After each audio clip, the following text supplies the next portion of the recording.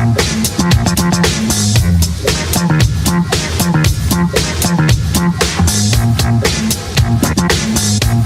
to the Power Factor Show, episode 125, sponsored by Rainier Ballistics, Hodgdon Powders, and JPL Precision. Hi, welcome to Power Factor. I'm Larry, and this week we're going to break down the second half of the Inland Empire Sectional Championship. That was a USPSA match. We 7 of us traveled over there to go shoot their sectional championship. It was a lot of fun at the Rattlesnake Mountain Shooting Facility in Benton City, Washington. And the guys put on a great match. Like I said, there were 7 of us that traveled over there. Take a look at this. I want to show you this picture. First of all, the night before the match, we all decided that, you know, 6 out of the 7 of us are shooting Glocks, and the 7th, our producer, while he wasn't shooting a Glock, he had a Glock with him. So how many Glocks do we have with us here? So take a look at this picture. We just tossed all of our Glocks and all of our magazines, everything we had, onto the hotel bed. I know that's the ugliest comforter imaginable, but I don't know, there's something like 12 Glocks here in this photo, and maybe like 50 magazines, I don't know, between 7 of us. So we just thought that was pretty impressive. So anyway, so we get to the match. You saw the intro last week, and we're going to pick up where we left off at the Chronograph. All right, so here we are at the Chronograph stage, and in this case, this is where they measure your power factor, which is where we get the name for Power Factor Show, right? So what they do is, the procedure is they collect bullets out of your magazine in sometime in the beginning of the day when they first catch up to you, and they put them in a little bag with your name in it. Once you arrive here on the stage, they've already pulled the bullet out of your case and they've weighed it. Now, and then they shoot over the chronograph to average your velocity, bullet weight times velocity, divide by 1,000. That's your power factor, and we're looking for 125 to make minor, 165 to make major. So I went through my chronograph procedure here, and you'll see a photo of this. Producer will put a photo up on the screen. We'll just walk through this here. So what they do is they pull 8 bullets from you in the morning, and like I said, again, the procedure is they pull 1 of them, they weigh it, they shoot 3 and average the velocity. My velocity came up short today. It's the first time. So I had a decision to make here. Actually, so the next piece of the procedure is they shoot 3 more, and then they take the top 3 out of those 6 shots that they fired over the chronograph, and they average those. And if you still don't make it, which I didn't, then you have a choice. Your 8th bullet, do you pull it or do you shoot it? And then if they shoot it, you get to take the top 3 out of the 7 shots that went. Or if you pull it, then you get to use the bigger of the 2 bullet weights. So in this case, my first time going minor, I was shooting for 165 power factor. Ideally, I haven't done the math yet. Oh, they did the math for me. So with a 180.0 grain bullet, you want 917 feet per second. Looks like my average was 904.8. My bullet weight came up a little shy, just by 0.2, 179.8. And power factor, 162.6. So I should have opened the show today with welcome to the Minor Power Factor Show. So now we know why maybe my scores were suffering a little bit in the first half of the show last week. So we're going to go ahead and continue through the match here. But yeah, I just, like I said in the video, that's the first time it's ever happened to me. I've never went minor when I intended to make major anyway. Now what was really funny was that we're driving over that Saturday, and I'm driving, I'm like, turn over to my buddy, and I'm like, you know what? I don't think I'm going to make power factor today. And he's like, what? What are you talking about? You always make power factor. I'm like, no, I said, yeah, I developed this load for the 6-inch gun when I had the Glock 24. And actually, it was even developed before that when I was shooting the JPL Precision 6-inch STI. And so I'm like, gosh, where did I get this powder charge? It was way back then. So it was developed for, like I said, the 6-inch gun with a Molly bullet. And now I might have mentioned, I think I mentioned in one of my first episodes that I did some chronoing comparing the Molly bullet to the Rainier bullet even before Rainier came on as a sponsor. And I found that they were about 20 feet per second different out of the same gun. I was shooting it out of the Glock 24 at that time. So 20 feet per second, that's, you know, you need to account for that. And every inch of barrel gets you about 20 feet per second as well. So now I'm shooting the Glock 35, which is a 5.3 inch. So, you know, maybe I'm down 30 feet per second from what I should have been. Now, nothing against Rainier. I should have just thought about that. These Rainiers are still faster than a jacketed bullet in my experience, and from what I've been told, and I've actually measured it, they say you get 60 or 70 feet per second when you go from jacketed all the way to Molly. Well, back down a little bit to a plated bullet. And so I really should have adjusted my powder charge before the match. But I just wasn't even thinking about it. Just my normal load, just crank them out. You know, I made a whole bunch and didn't make major. So like I say, now you see why my scores are suffering. So let's just move on. Now we got to have fun with the match. So stage 6. This one's called Tunnel Vision. Walk through, guys. Okay, my name is Tom, and I'm RO for the stage along with Debbie. Tunnel Vision is a 30-round, 150-point Comstock course. There are 12 metric targets and 6 poppers. Start position is facing downrange, standing outside the shooting area with toes on X marks and hands relaxed at sides. Handgun is loaded and holstered. Start signal is audible. On the start signal, engage targets as they become visible from within the shooting area. So you heard the ROs tell you about the stage. It was a fun stage that had a Cooper tunnel. You don't see those too often, and they're kind of fun. This one was not all that challenging. It was, I don't know, 4.5 feet tall, Cooper tunnel, something like that. So let's watch this one.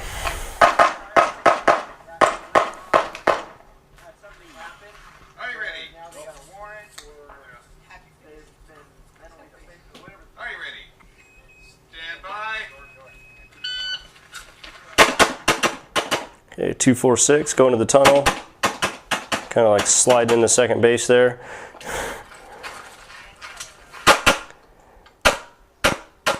Okay, I threw an extra shot on that target for insurance.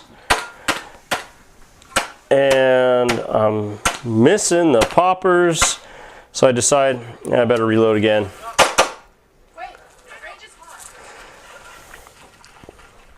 So, yeah, if you count the shots, it's a good thing I did the reload because I'd fired 19 and I think I only had one more in the gun at that point. So I would have gone dry on the last, after one shot on the last target. I don't know. Is it a good thing? Is it a bad thing? Took some time to reload. I haven't done the math to figure out if that was a good move or not. But anyway, that's what we did. So anyway, fun stage. I like Cooper tunnels. Again, just like all the other stages, well built, well designed. A lot different than what we get at home. And yeah, a lot of fun. Okay, so here's the results from stage 6. You can see I'm highlighted there on 11th place at 63%. Again, not real happy with that. I seem to do much better at home. Something about the pressure of traveling out of town and all that stuff was getting to me, I guess. So 63%. Look at that though, no misses this time. 144 points and 25.36 seconds. 5.6 hit factor. So anyway, 11th place out of 33. Top half, right? Not too bad. Okay, let's move on to stage 7. This one's called Amoeba. This is stage 7, base 7. Title is Amoeba. My name is Steve. I'll be your RO. Amoeba is a 32-round, 160-point Comstock course. There are 15 metrics and 2 poppers. Start position and with palms flat on the X marks. Handgun is loaded and holstered. Start signal is audible. On the start signal, engage the targets as they become visible from within the shooting area. Popper 1 activates target 3, and Popper 2 activates target 1. Target 1 is a disappearing target, and I'll demonstrate the activators for you. Okay, Larry's going first, right? This one here is target 1, and it So if it's not there, that's pretty. It's 2. You got plenty. And the other one is the clamshell over there. All stuff exposed. So. Okay, this one's called Amoeba. This was a fun stage. The first port, I mean, some people shot under it, some people shot over it. For me, it was just at eye level, so I shot through these, between the two boards you see there. Stand by.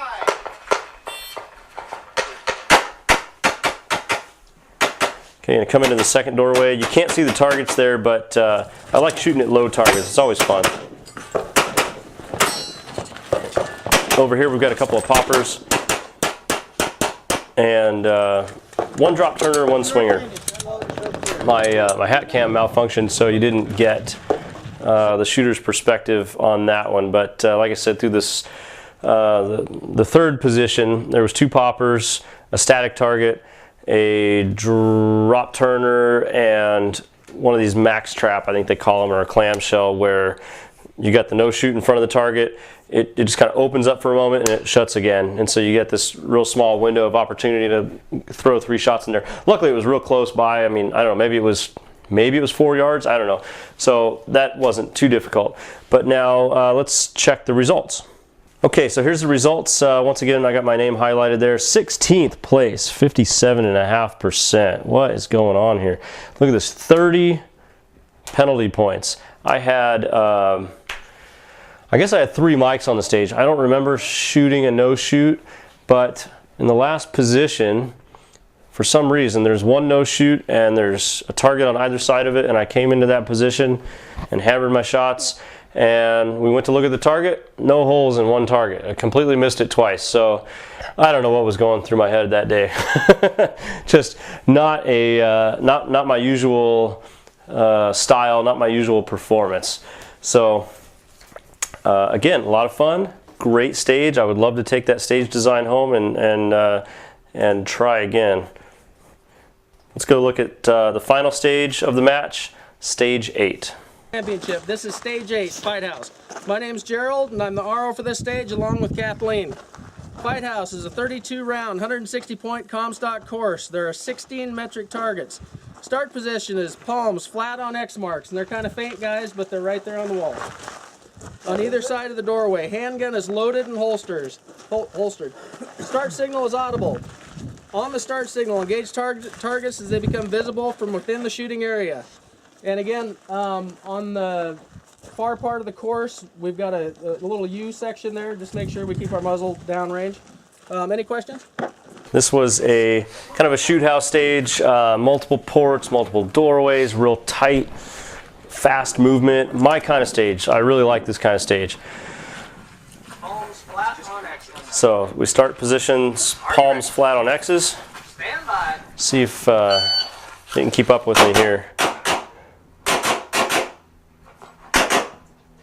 So there's this back corner on the left that the RO cannot follow you into. You got to back your way out.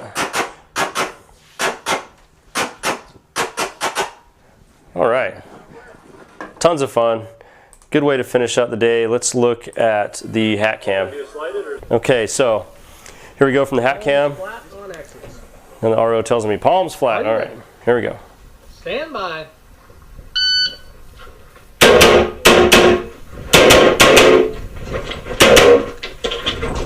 Back to the back corner.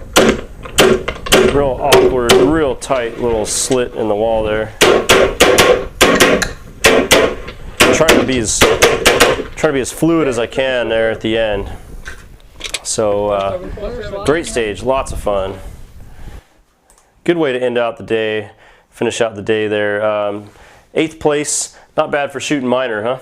So no penalties on that stage, and 126 points, 7.2 hit factor. But man, look at that top shooter at 10.9. He is a master, grandmaster in other divisions, I think, even. So just tough competition out there, and but I'm pretty happy with that. Considering, like I said, considering that I'm shooting minor power, can't complain. So let's take a look at first of all, I got the overall results here, And we'll just bring that up. This is from the USPSA website. All these have been snapshots, screen captures from the USPSA site. So 13th overall out of 33 shooters. I guess we had 2 DQs. I don't know what happened to those guys. But like I say, 13th overall at 61%. I'm not happy with that, but I started wondering, hey, I was top minor limited shooter though. How about that? So I'll take it. So, so of course I got home, I did some math to figure out what would have been had I actually made major power. So here, back in the tracking your match performance episode, the spreadsheet episode, when was that, like 98 or something like that? I don't know, a long time ago. I talked about these spreadsheets and I kind of keep track, and here I'll just kind of flash this on the screen. You can pause it if you want to look through the details. I'm not going to go through the gory details on that, but because I want to get to the next one here. Now this spreadsheet shows what would have been. So I put all my hits on there. Every Alpha, Bravo, Charlie, Delta, Mike, no shoot, procedural, and you can see in the blue bar there. So first of all, I'll start at the bottom half of this. This is the minor scoring, it says in the blue bar. And you see the points, the point values for these. Alpha is 5, whether you're major or minor. But since I was shooting minor, 3 points only for Bravos and Charlies. And you see I have a lot of Charlies there. 1 point for Delta, which is 2 if you're shooting major. And misses, look at all the misses. Like 1, 2, 3, 4, 5, 6, 7, 8, 9 misses, plus a no shoot, and 3 procedurals, which occurred on the classifier, the second stage of the day, which we showed you last week. So just the wheels just completely came off, basically. So I'm here humiliating myself on Power Factor Show. So anyway, so this is we add up the points. I got the time. I calculate the hit factor. From there, I list the high hit factor, HHF, high hit factor for the stage, and I come up with my my percentage, my points for the stage based on the maximum points, my percentage of the high hit factor. So if you look here, I got 750 points, 13th place is what it says in the bottom corner. You'll see that on the overall results page that we just showed you before this one. But now if you look at the upper half of this, this is what would have been if I was shooting, if I had that 30 feet per second back, or not even, 30 feet per second, 20 feet per second is all I needed to make major.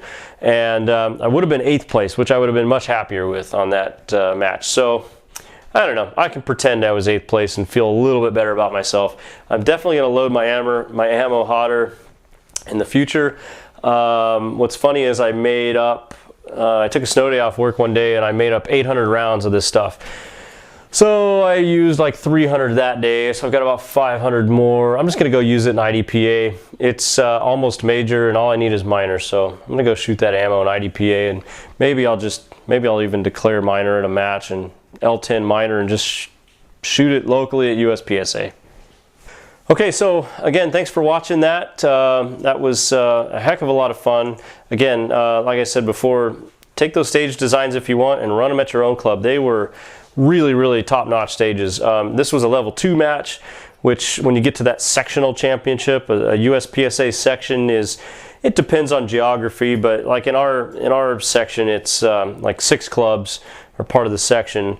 And then, so I don't know how many clubs are part of their section, but it's probably most of Eastern Washington. Maybe they've got 6 clubs out there too. But on these level 2 matches, they have static ROs. The same RO works the same stage all day long. So you're supposed to have consistency in the officiating, and the stages get sent to headquarters for approval, actually to John Amadon, the NROI director.